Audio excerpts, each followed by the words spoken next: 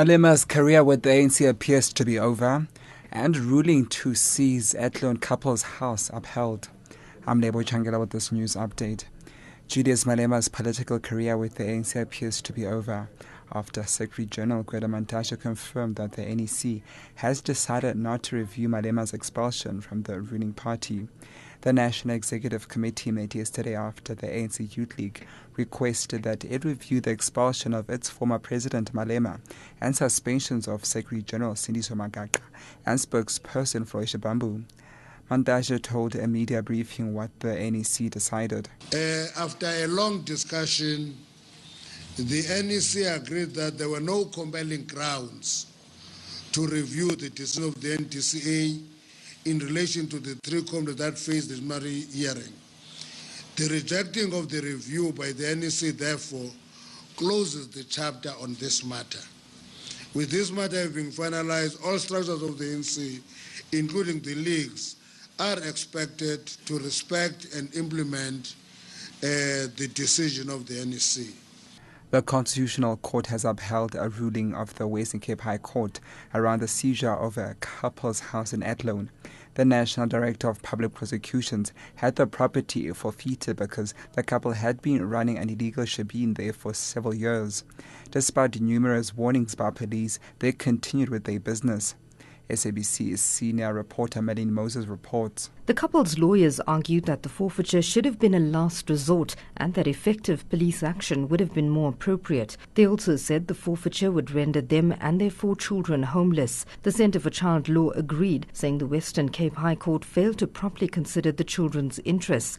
But in a unanimous judgment, the Concourt dismissed the appeal. It said police intervened around 60 times, but the couple persisted with the illegal business. The court has also ordered that a social worker look into the welfare of the children. Melanie Moses, SABC News, Johannesburg. Teacher Union NATO has distanced itself from reports that it's behind a pilot project where school children as young as 8 years are given condoms in some schools in the province. A primary school at Eshowe in northern KwaZulu-Natal is reported to be giving government condoms to learners, while dispensers are also located in the toilets. The union says their campaign is only focused on sex education. Zimbili Mazibuko reports. School children as young as 8 years have reportedly been given condoms by their teachers in a bid to educate them about the dangers of having unprotected sex. Teachers at the school said the initiative took parents by surprise, but was as a result of the huge teenage pregnancy problem.